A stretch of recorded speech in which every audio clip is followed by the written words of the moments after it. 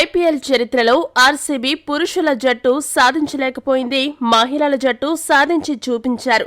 18 ఏళ్ల నిరీక్షణకు తెరదించుతూ 18వ సీజన్లో royal Challengers Bengaluru జట్టు మొట్టమొదటిసారి ఐపీఎల్ టైటిల్ను ముద్దాడింది.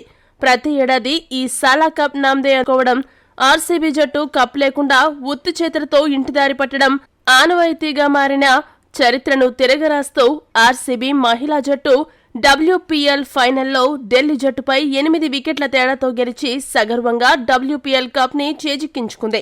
మహిళా జట్టు ఇచ్చిన బూస్టుతో అయినా డూప్లెసిస్ సేన ఈసారి ఐపీఎల్లో కప్ కొట్టి ఒకే ఏడాదిలో డబుల్ బొనాన్జాను దక్కించుకుంటుందని మీరు భావిస్తుంటే ఈ వీడియోని లైక్ చేసి మీ అభిప్రాయాన్ని కామెంట్ చేయండి. ఈ మ్యాచ్ హైలైట్స్ విషయానికి వస్తే ఢిల్లీలోని అరుణ్ జైట్లీ స్టేడియం వేదికగా జరిగిన డబ్ల్యూపీఎల్ ఫైనల్లో ఢిల్లీ క్యాపిటల్స్ జట్టు, రాయల్ ఛాలెంజర్స్ జట్లు హోరాహోరీగా తలపడ్డాయి. ఈ మ్యాచ్ లో టాస్ గెలిచిన ఢిల్లీ క్యాపిటల్స్ ఉమెన్స్ జట్టు రెండో ఆలోచన లేకుండా బ్యాటింగ్ ఎంచుకుంది. తద్వారా భారీ లక్ష్యాన్ని బెంగళూరు జట్టు ముందు ఉంచి వారిపై ఒత్తిడి పెంచి సునాయాసంగా గెలవవచ్చని ఢిల్లీ జట్టు ప్రణాళిక రూపొందించింది. కానీ మైదానంలో అడుగుపెట్టిన తర్వాత పిచ్చి దెబ్బకు పరిస్థితులన్నీ తలకిందులయ్యాయి. మొదట బ్యాటింగ్ చేసిన ఢిల్లీ ఉమెన్స్ జట్టులో ఓపెనర్లు మినహాయించి ఎవరూ అనుకున్న స్థాయిలో రాణించకపోవడంతో ఆ జట్టు 113 పరుగుల స్వల్ప స్కోర్కే పరిమితమైంది. ఫైనల్ మ్యాచ్ కావడంతో ఒత్తిడి ఎక్కువగా ఉన్న కారణంగా వారికి దక్కిన చక్కటి ఆరంభాన్ని సద్వినియోగం చేసుకోలేకపోయారు.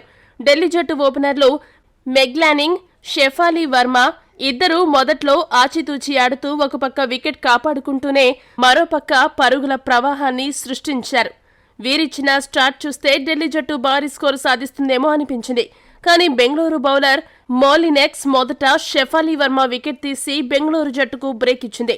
అదే స్కోరుపై శ్రీయాంక పటేల్ రెండో ఓపెనర్ మెగ్లానింగ్ వికెట్ రాబట్టడంతో ఢిల్లీ జట్టు 64 పరుగుల వద్ద మొదటి 2 కీలక వికెట్లు కోల్పోయింది.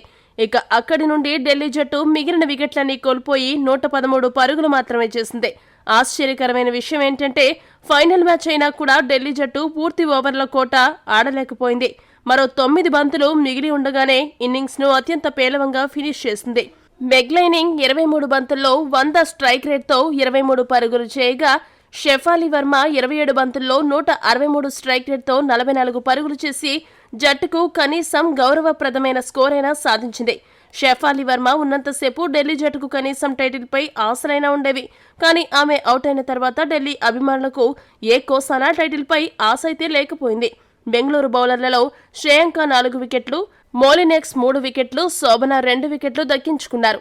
114 పరుగుల స్వల్ప లక్ష్యంతో బరిలోకి దిగిన రాయల్ ఛాలెంజర్స్ బెంగళూరు జట్టు ఆడుతూ పాడుతూ లక్ష్యం దిశగా సాగింది. ఓపెనర్లు స్మృతి మందన, సోఫీ డివైన్ ఇద్దరు మెల్లగా ఇన్నింగ్స్ మొదలుపెట్టి జట్టును లక్ష్యం వైపుగా నడిపించారు.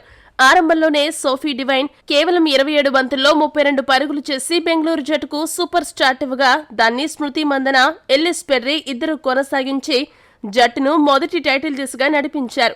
వీరిద్దరూ కాస్త నెమ్మదిగా ఆడినా కూడా అసలు శిశులైన మ్యాచ్ విన్నర్ల పాత్రను పోషిస్తూ జట్టును ఛాంపియన్ గా నిలబెట్టారు. స్మృతి మందన 39 బంతుల్లో 31 పరుగులు చేయగా ఎల్లిస్ పెర్రీ 37 బంతుల్లో 35 పరుగులు చేసింది. చివర్లో రిచా ఘోష్ కేవలం 14 బంతుల్లోనే ధనాధన్ ఇన్నింగ్స్ ఆడి 121 స్ట్రైక్ రేట్తో 17 పరుగులు చేయడంతో బెంగళూరు జట్టు సగర్వంగా మొట్టమొదటి టైటిల్ సాధించింది.